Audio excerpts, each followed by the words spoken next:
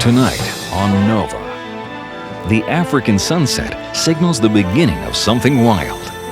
Exotic predators, expert architects, masters of camouflage.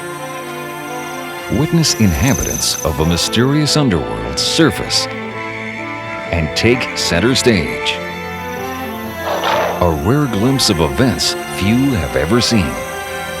Night creatures of the Kalahari.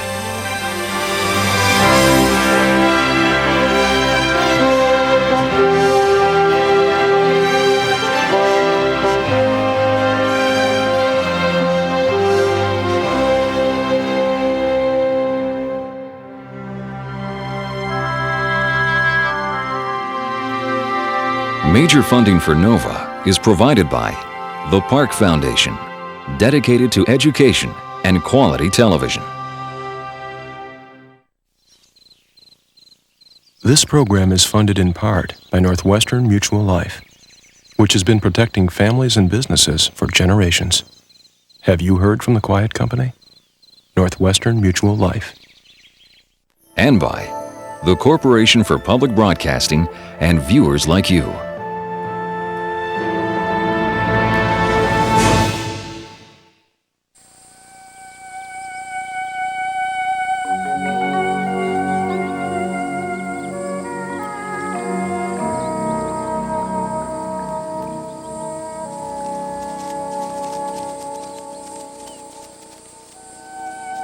There is no end to an African day. Across the grasslands of the Kalahari, the sunset merely signals a new beginning.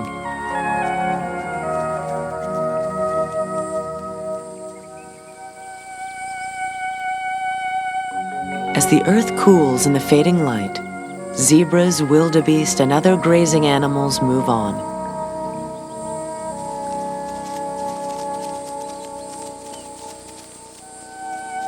They are relinquishing the night to a new cast of characters. Hidden in the shadows, there is a world which few have ever seen. An endless labyrinth of tunnels and burrows, home to the Kalahari's creatures of the night.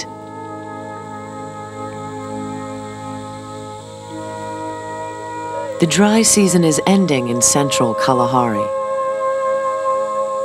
As winter turns to spring, warmer night air will soon be greeting the dwellers of these moonlit portals.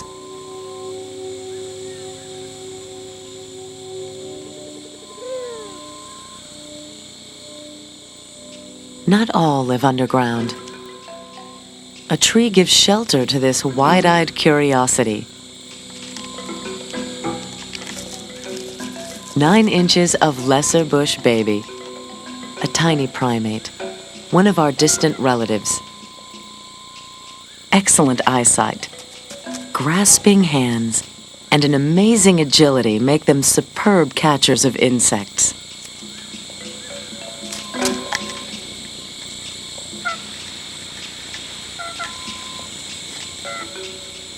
On the ground, another creature has woken up.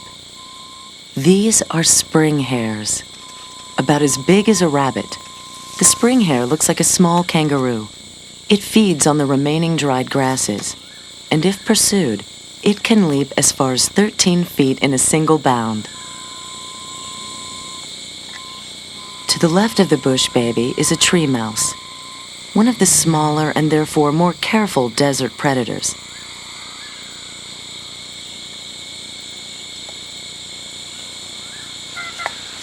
Less timid than its neighbor, the bush baby illustrates the art of foraging.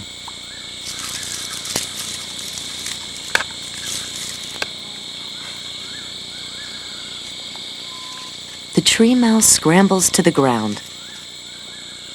Here it will either find a meal or become one.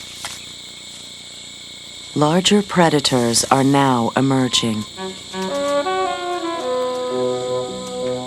The brown hyena, a rarely seen scavenger.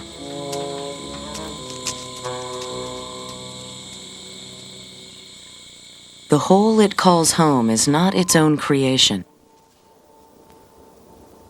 The hyena is merely a squatter in this vast underground burrow, stretching out hundreds of yards.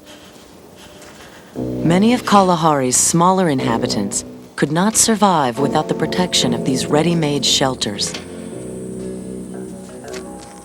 And this is the master digger, the principal architect for Kalahari's underworld.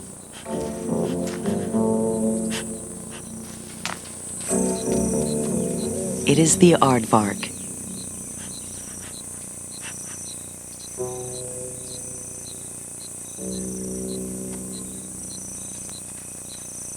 Translated, its name is earth pig, although the name ant bear is often used.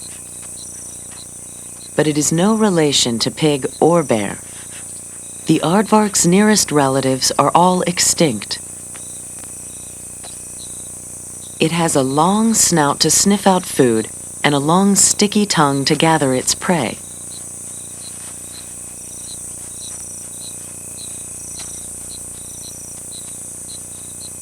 The aardvark is a timid creature, relying on sound rather than sight to alert it to danger.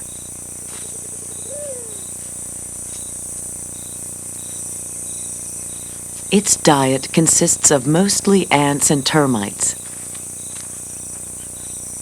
But despite its vigorous probing, the termites in this mound are not to be found.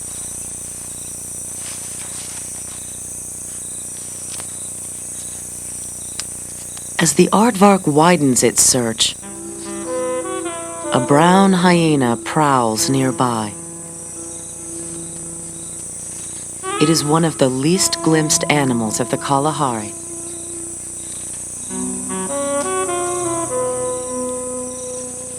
Brown hyenas are primarily scavengers, favoring meat from abandoned carcasses over all other food. But they will also consume eggs, fruit, insects, even the occasional mouse.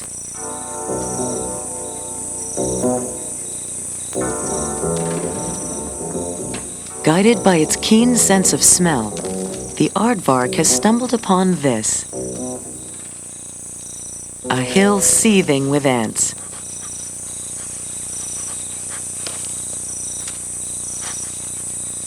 More often, the aardvark must dig for its meal, but tonight, the ants are within easy reach.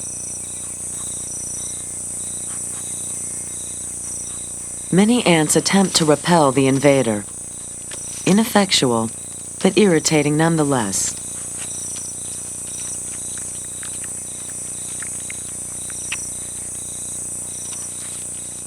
A few seemingly gentle strokes from its sharp claws opens up the hard shell of the mound. Once inside, its long, sticky tongue goes to work.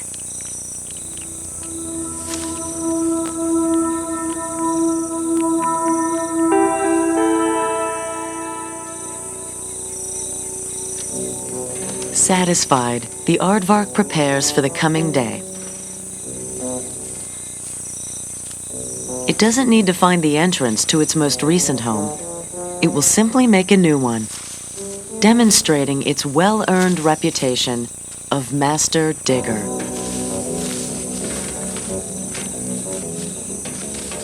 Burrows vary in design. Many are created to serve as temporary shelter, penetrating only a few yards into the ground. Deeper, more elaborate burrows are excavated for use as maternity dens in the rearing of their young.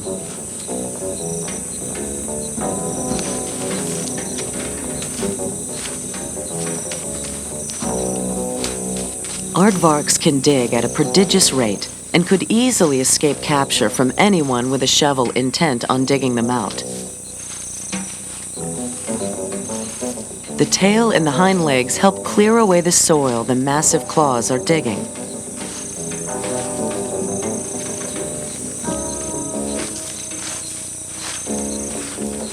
In less than 30 minutes, the aardvark has disappeared underground, leaving a mound of earth in its wake.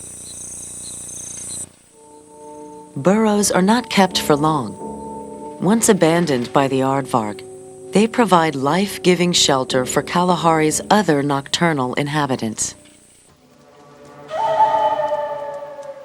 Porcupines, although capable of digging their own homes, will readily take advantage of these pre-existing burrows. The male porcupine is the largest rodent in Africa and can grow up to 25 pounds. The offspring will need their parents' care for about 6 months, protected from both heat and cold in this second-hand nursery.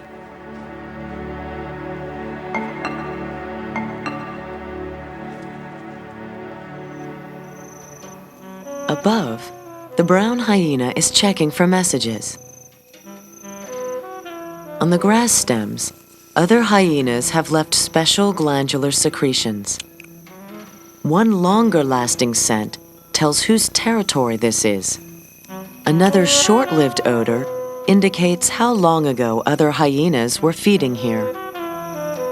Scent marking helps the brown hyena keep track of other group members, which may number as many as 12. It also helps reduce the need to defend their territory.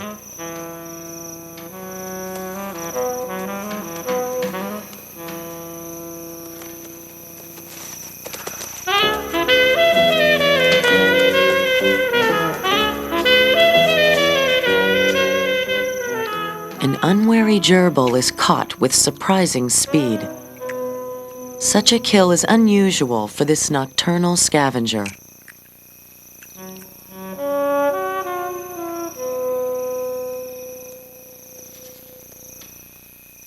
The scuttle scarcely disturbs the bush baby above.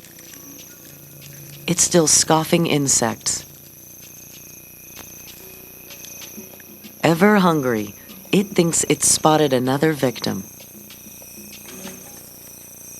Or has it? It looks like a stick. But it did move.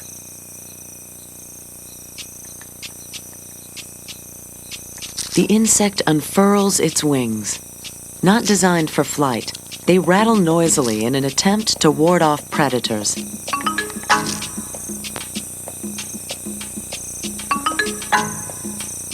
This bush baby's eyes are bigger than its appetite. And so is this giant stick insect. But curiosity soon banishes fear, and the perhaps not so hungry bush baby follows the oddity with the passion of a naturalist.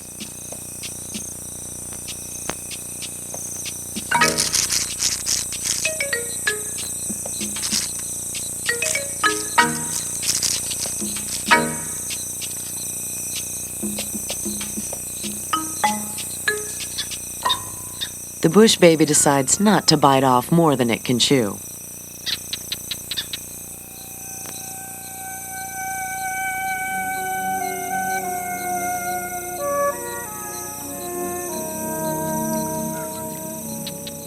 With the coming dawn, the creatures of the Kalahari's night return to their shelters. Although highly adapted to living in this arid region, they would soon overheat if left exposed.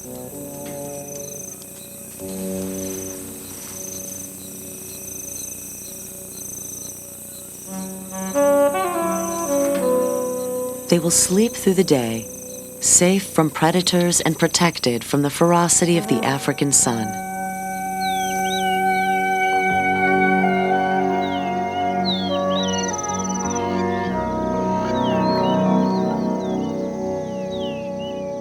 Oblivious to the underworld beneath them, zebras move out across the plain, foraging from the sea of dry vegetation that surrounds them.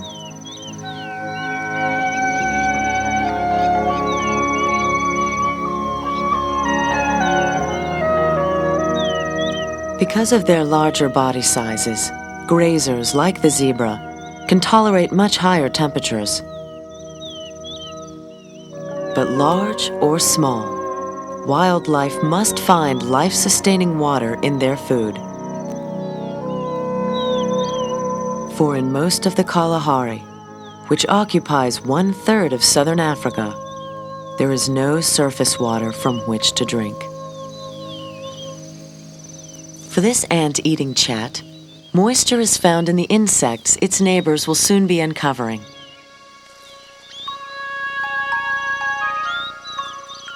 Even though they are active during the day, ground squirrels also require protection from the sun.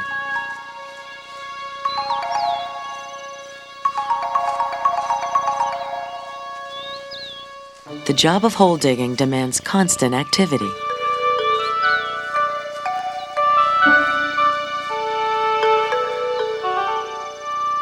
Vulnerable and exposed, the ground squirrel's work is often interrupted by having to check for hostile predators.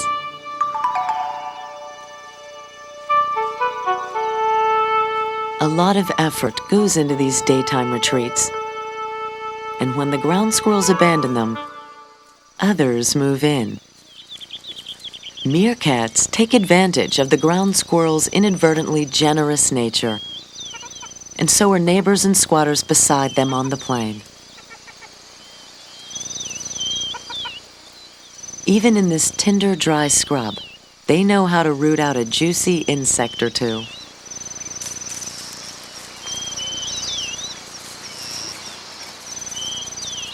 Sweeping the horizon with keen eyes, they are constantly on the alert for any approaching threat. This time, the threat comes from above. One of the season's first storms is approaching.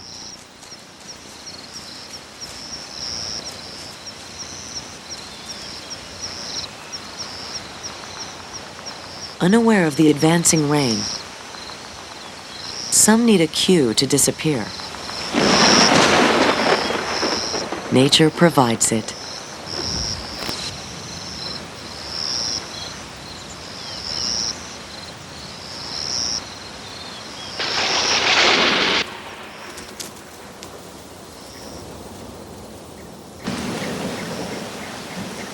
Generally, rain falls in the warmer months between October and April. Often it will come in violent torrential downpours. Because of these seasonal rains, much of the Kalahari is not, in fact, a true desert, despite its reputation. The rains are often local and patchy. Some areas remain dry for years. Highly tolerant, the vegetation is adapted to these drought conditions, renewing itself through seeds when the life-giving storms finally do arrive.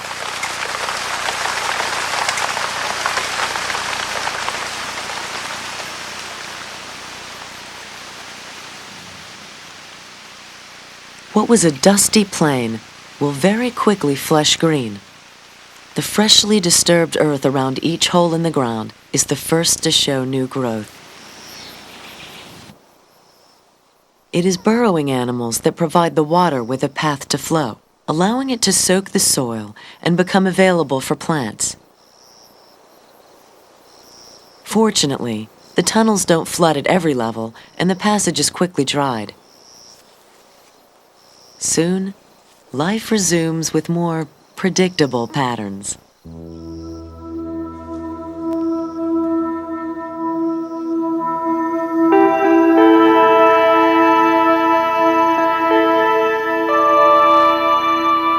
Following the torrent of localized rain, the stage is set for a most spectacular event.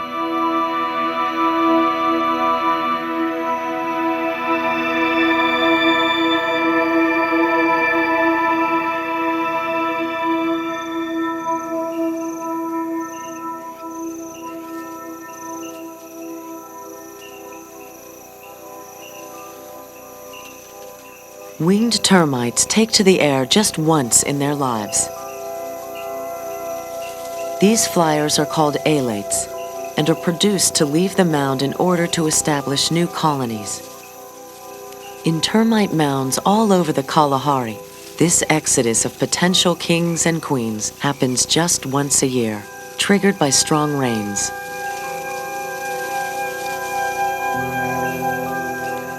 The rain has brought out other arrivals just beyond the swarming mound.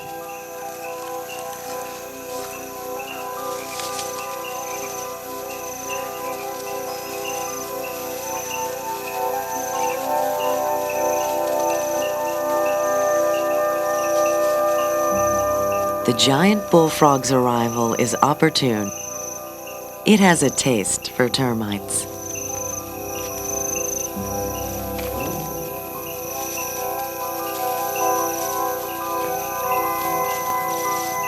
Without a strong wind, many of these winged termites will not travel far.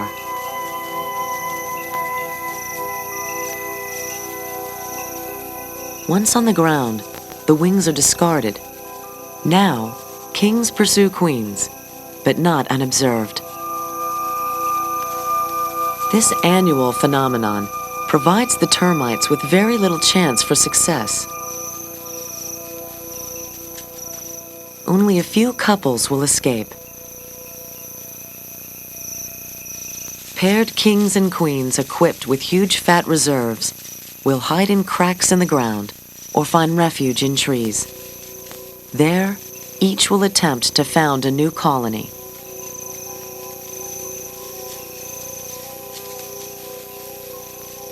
Animals of all shapes and sizes come to satisfy their appetites.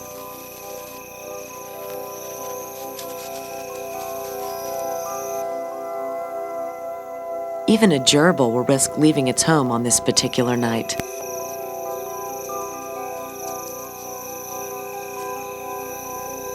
It's the shifting equilibrium between predators and prey that keeps the Kalahari full of life and under natural control.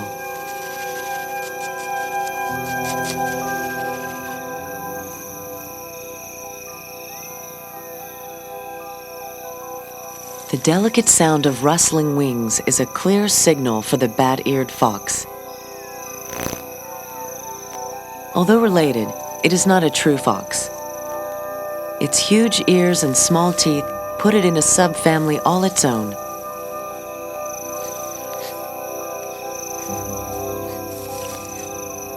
Most of its food is insects. Special jaw muscles allow it to chew rapidly, ideal for coping with termites.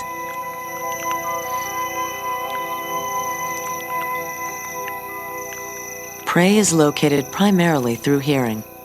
Using their very specialized ears, they can even detect the movements of insect larvae buried in the ground.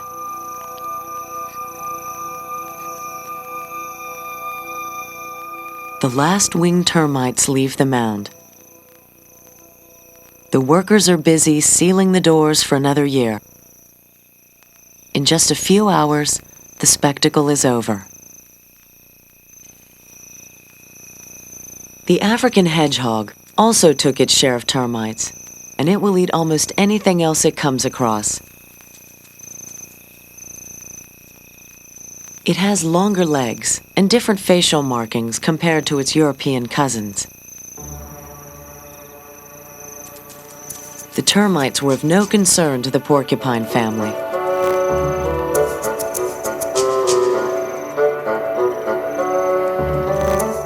They are vegetarians. The porcupines love to feast on sama melons. With a water content of more than 90%, they are a valuable source of moisture.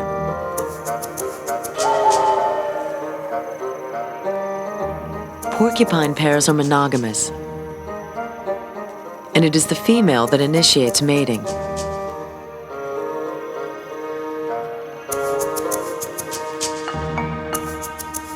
She will typically conceive only once a year, with litter sizes varying between 1 and 3. The young arrive well developed, attaining adult body mass in just over a year.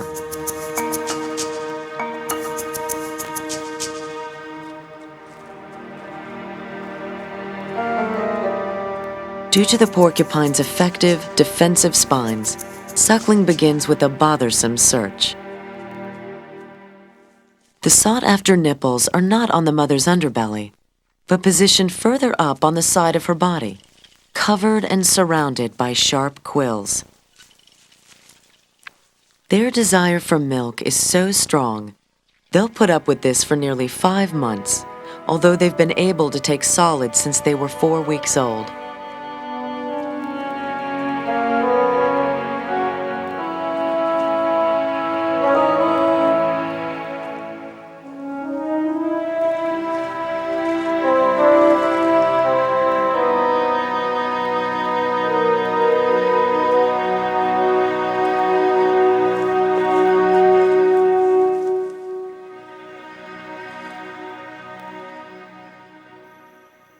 Baby hedgehogs are totally reliant on their mother's milk. These newborn are waiting for her return. Despite their quills, hedgehogs and porcupines are quite unrelated. Unlike porcupines, the hedgehog mother has no mate to help raise the family she's going back to.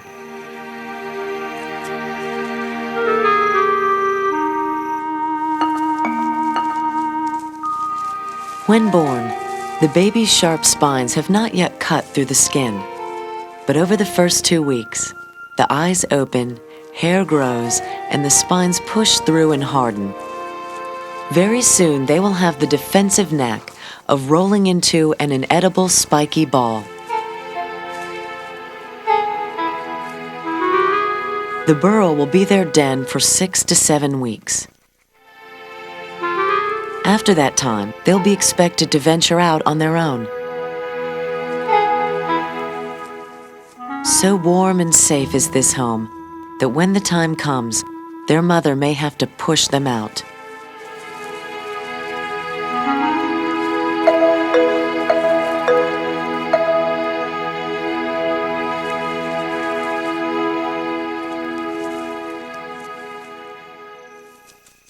When not raising young, these nocturnal creatures will change their resting places daily, curling up in holes, under bushes, or beneath matted grass.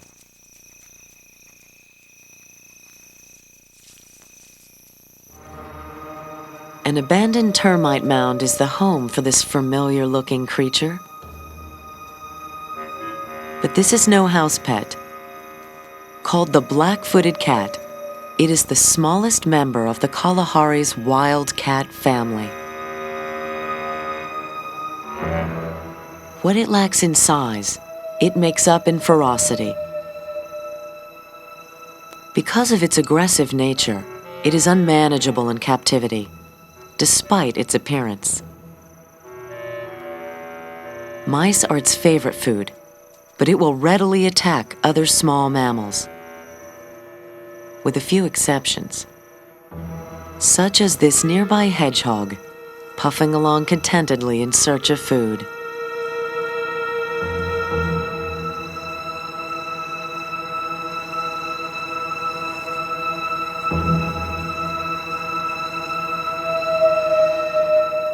The black-footed cat approaches, but unwilling to risk the sharp, prickly spines of the hedgehog, it quickly retreats.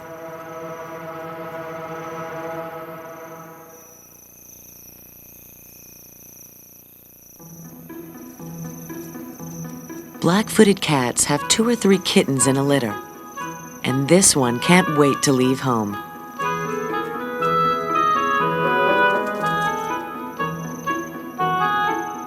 The other kittens are not quite as brave and stay home.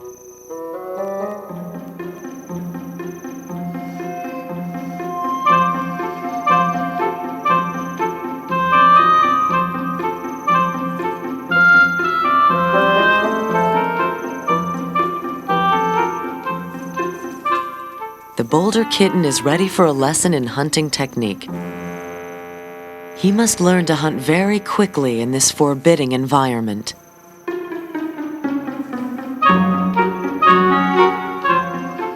Playing follow the leader, the kitten duplicates its mother's every move. For the less adventurous, there's always a brother or sister to practice on.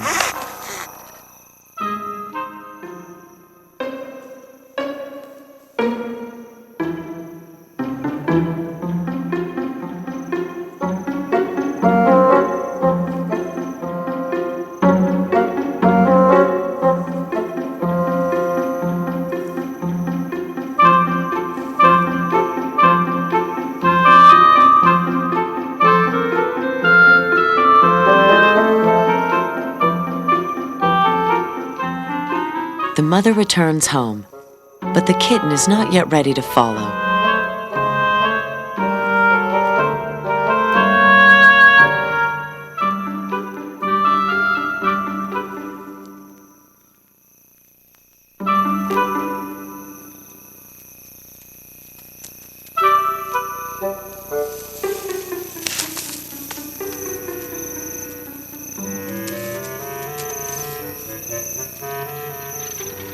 The sound of potential prey prompts the mother to investigate.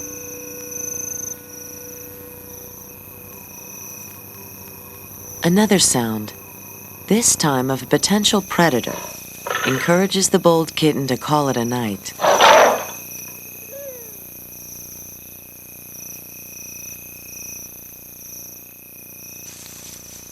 The black-footed cat's larger and more common relatives are feeding tonight. Though sometimes active during the day, lions are primarily nocturnal. As they squabble among themselves, others are tempted out by the smell of blood in the air.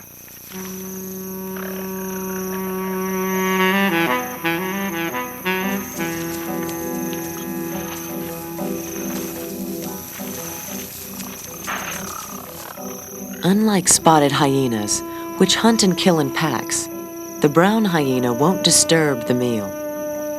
They'll wait until the lions leave before approaching the carcass.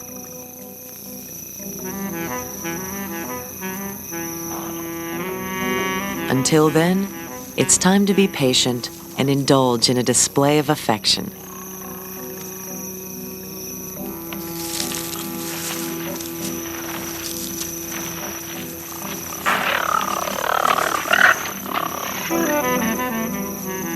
Hyenas are perhaps one of the most misunderstood and maligned of creatures. Because of their eerie nighttime calls and secretive scavenging nature, they are considered animals of doom and misfortune among many African natives. Their true nature is rarely, if ever, seen.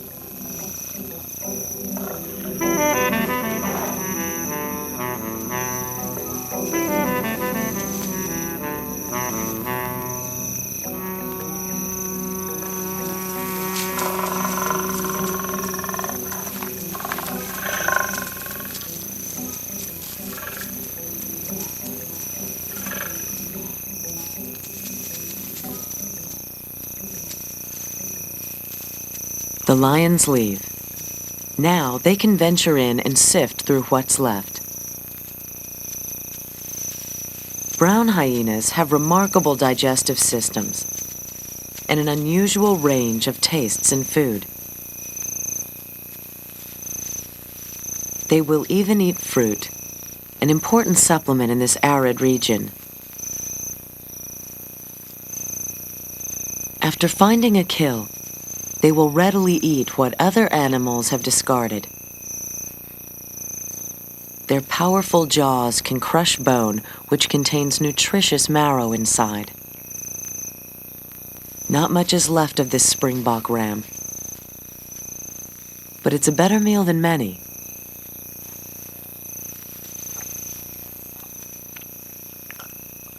Sometimes brown hyenas will travel as much as 30 miles in a single night. Even then, they may only pick up a few scant insects for their efforts.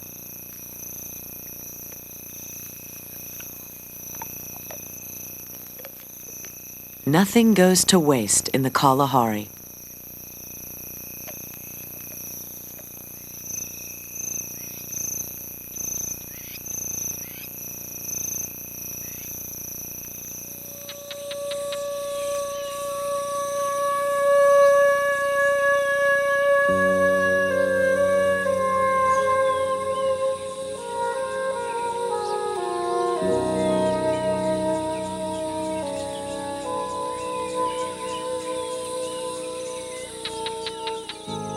As the wet season runs its course, the sun rises over a sea of green. This lush, flowered garden will be put to good use until the plains, once again, dry out.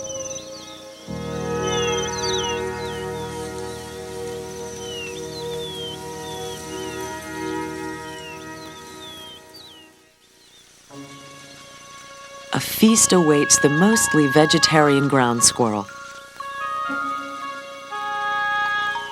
It may eat an insect now and again, but its diet consists primarily of leaves, grass, bulbs, roots, and on this day, seeds.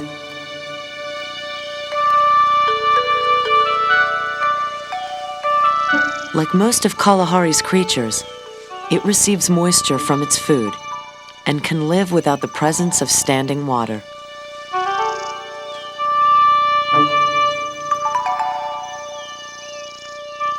Aptly named, ground squirrels are poor climbers, but they will scramble up the occasional bush in search of berries. Otherwise, feeding is strictly a terrestrial activity.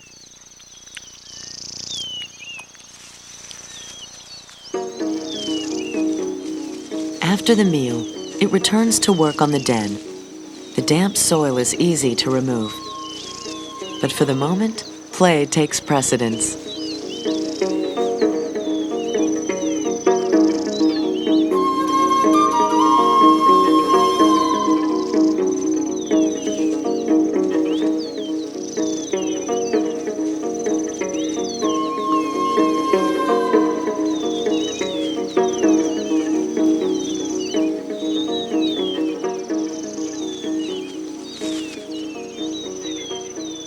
These days of plenty will soon be over.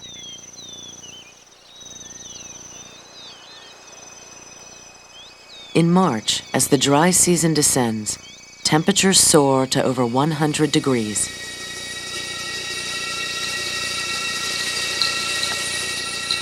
Only a ruffled, dry carpet of grass remains.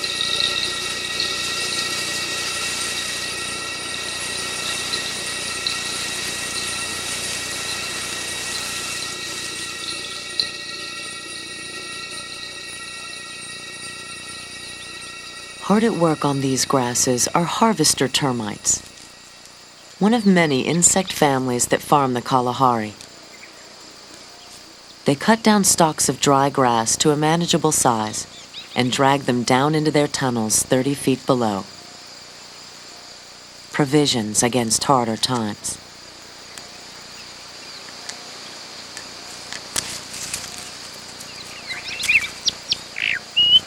Waiting to feed upon the termites are predators like the scorpion and the ant-eating chat.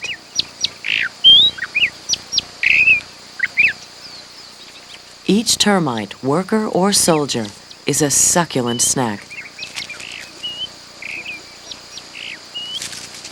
For predators, they are small packets of life-sustaining moisture.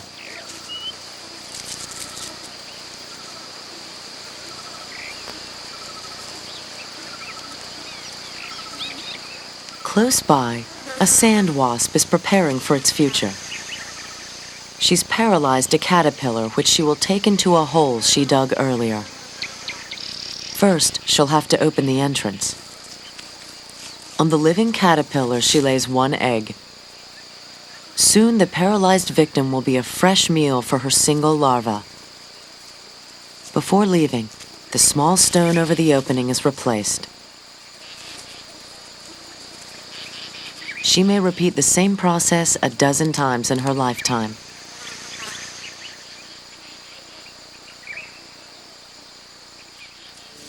Still working on the stalks of dried grass, the termite's habit of moving plant material underground plays an enormous role in nutrient cycling. Their fat-rich bodies are also a key link in the Kalahari food chain. The ant-eating chat has more than a beakful ready to bring to her brood in a very unusual home. Such a wealth of food enables the chats to nest in this dry time of year. But where?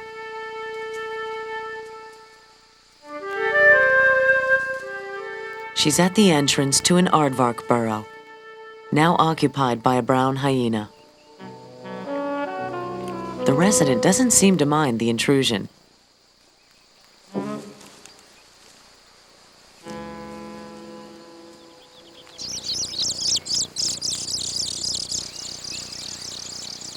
Both parents are feeding the chicks, whose cries are coming from a hole in the roof of the tunnel.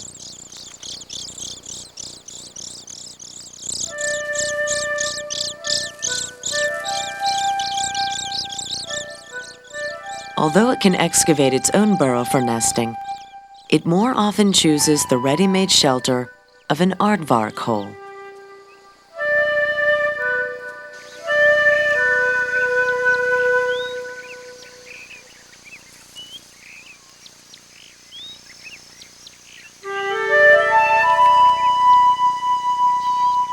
The dry season is also nesting time for the world's largest bird. The male ostrich is about to change places with the female. It's now his turn to incubate the eggs. Heat is the biggest enemy. The temperature is high, even in the shade. Unattended, eggs can easily spoil in the Kalahari sun.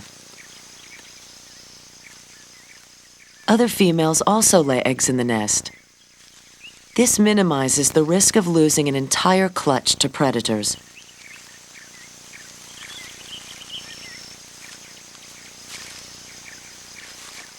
But each set of parents knows its own eggs and tries to keep them positioned in the center of the nest. During these daytime vigils, the ostrich can become heat-stressed. But it can tolerate the loss of up to 25% of its body weight in water without ill effect.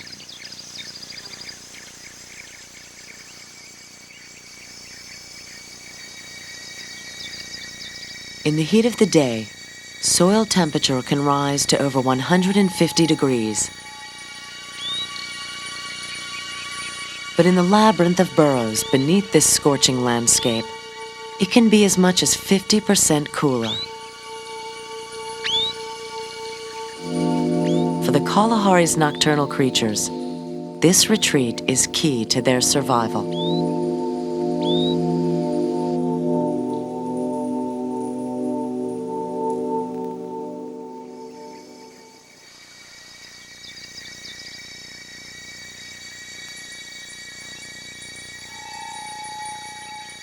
Daytime grazers also seek protection when temperatures are at their highest.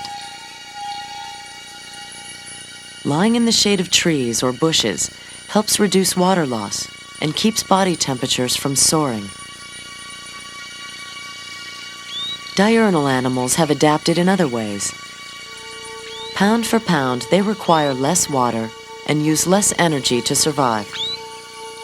Their body tissue can also store a much larger amount of heat.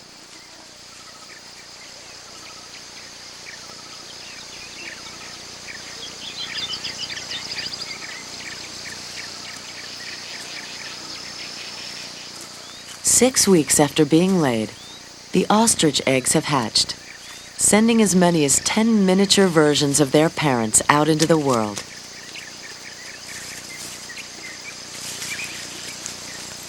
They will grow at a remarkable rate, from 6 inches to 8 feet in their first year.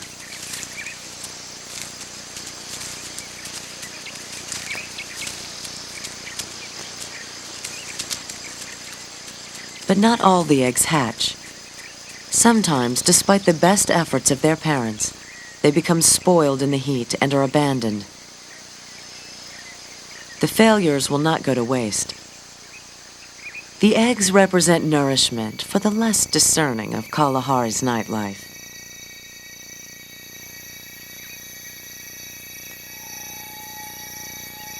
As the dry season advances, the sun's warming rays quickly dissipate into the clear evening sky.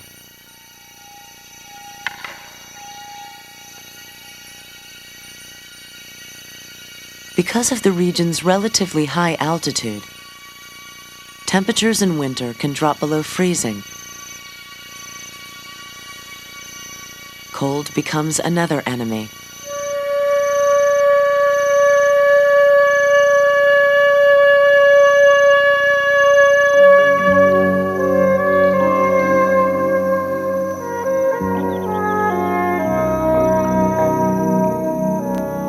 But tonight, winter's grip has not yet taken hold,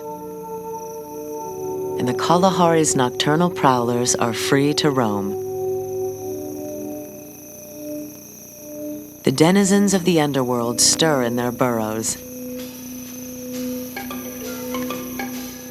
The bush babies seem less interested in grasshoppers this evening, and more interested in each other. The master digger ventures out, concerned quite literally with sticking to its diet of ants and termites. It's just a slight distraction to the bush babies who are keen on courtship.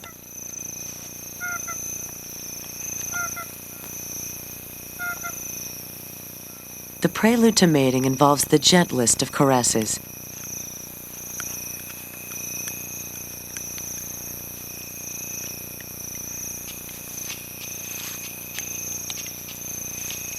And then, a series of gymnastic displays. Leaping up to 15 feet in a single bound.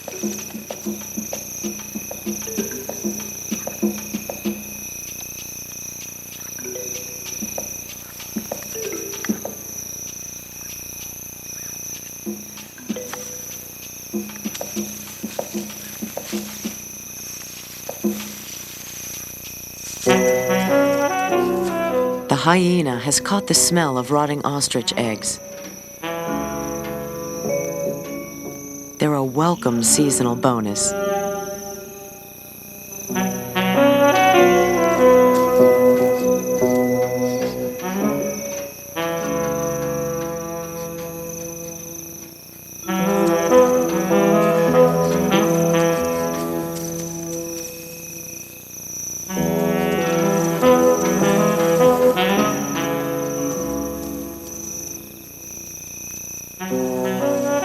Hyenas have been observed removing over 20 eggs from a nest, one by one, hiding them for later.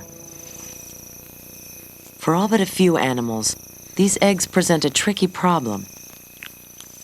Ostrich eggs are designed to be broken from the inside at the right time.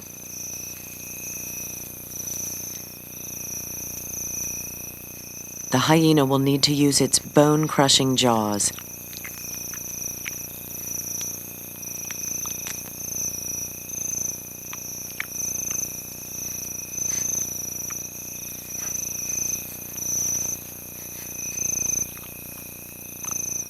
With a little persuasion, the egg gives up its spoiled contents to an animal with just the stomach for such a pungent delicacy.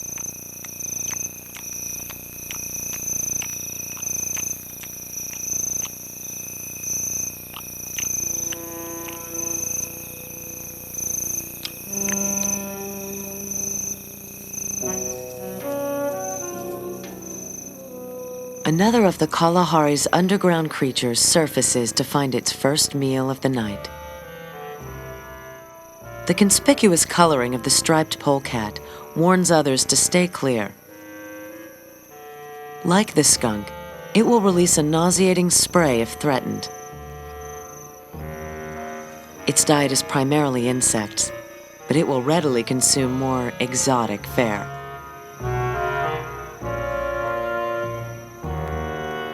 Scorpions hide in other animals' burrows as well. Like almost everything else, it's looking for a meal. It has a powerful sting, but against a much larger predator, it stands little chance of escape.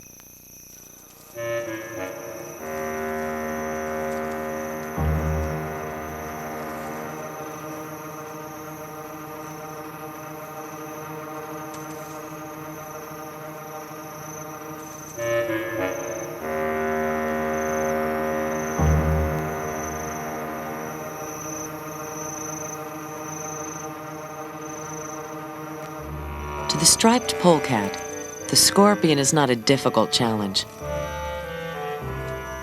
The larger predator first bites off the tail, which can deliver a painful sting.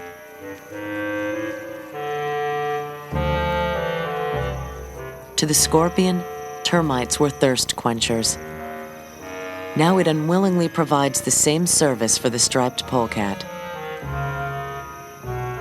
A link in the chain of appetites foraging in the dark.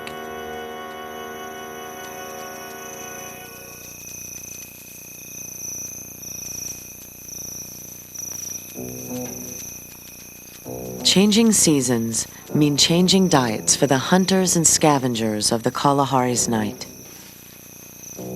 As the weather cools, it is often ants and not termites that are more readily available for feasting. During the meal, the aardvark will inadvertently consume grass seed the ants have stored. Because he cannot digest the seed, it will be deposited on soil which the aardvark then buries.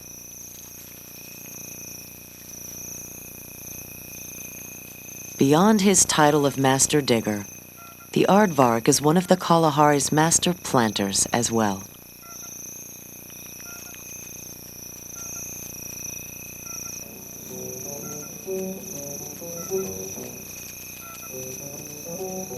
And so, it's on to the next job at hand.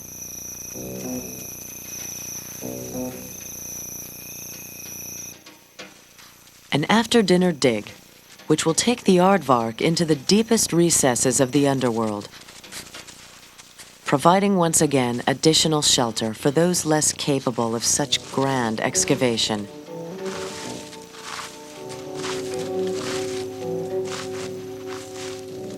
A master bedroom in the making.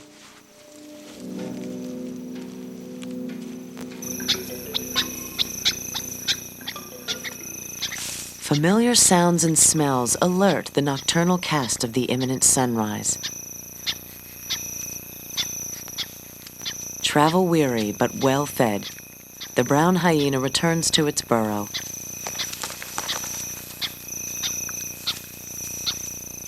The others soon follow suit.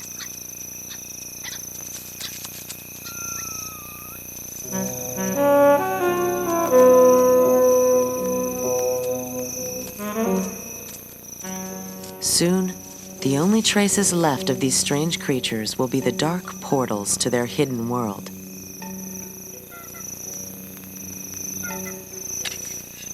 Gone, but not forgotten.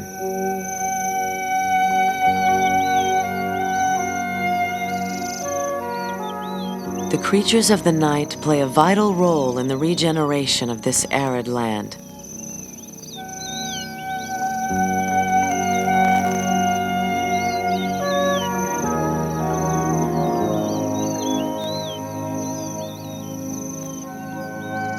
Without them, this fragile web of life would all but disappear.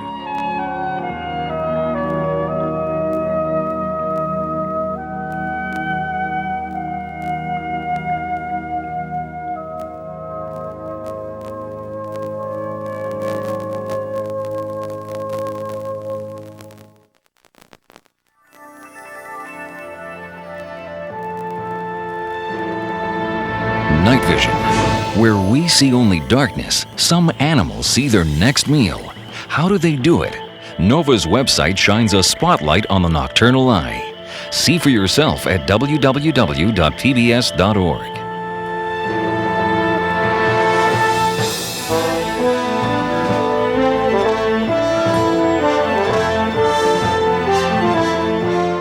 To order the show for $19.95, plus shipping and handling, call 1-800-255-9424. And to learn more about how science can solve the mysteries of our world, ask about our many other NOVA videos.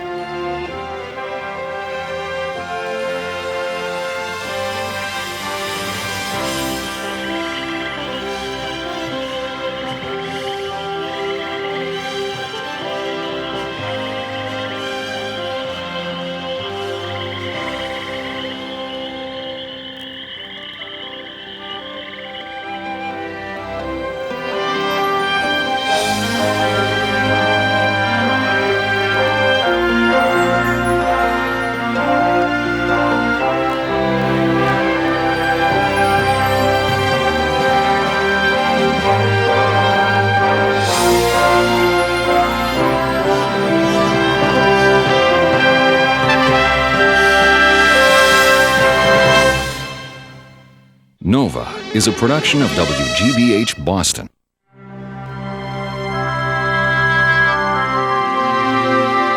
Major funding for NOVA is provided by the Park Foundation, dedicated to education and quality television.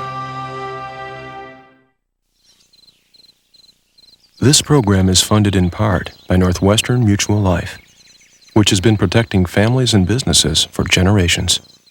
Have you heard from the quiet company? Northwestern Mutual Life. And by the Corporation for Public Broadcasting and viewers like you.